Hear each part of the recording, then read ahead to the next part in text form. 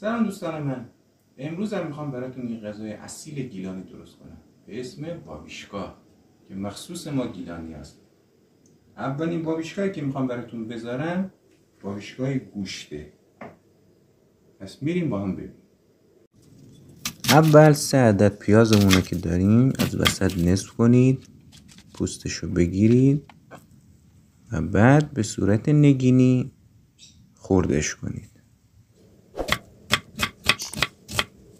هرچی ریزتر بشه خوشمزه تر میشه.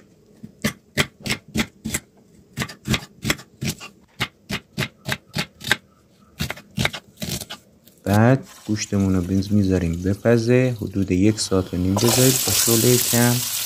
پیازمون رو با کمی زردچوبه سرخ میکنیم.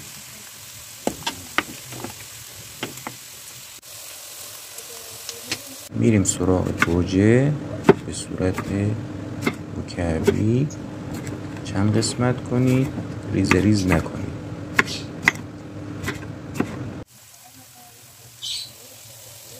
پیازمون که درست شد گوجه رو اضافه میکنیم، سرشو بذاره که گوجه نرمه و بعد گوشتمون رو اضافه میکنیم. خوب هم بزنید.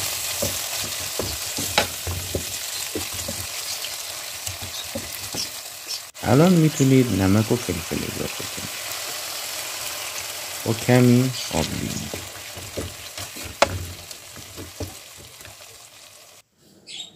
غذاتون آماده شد.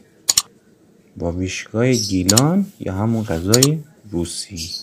نوش جان.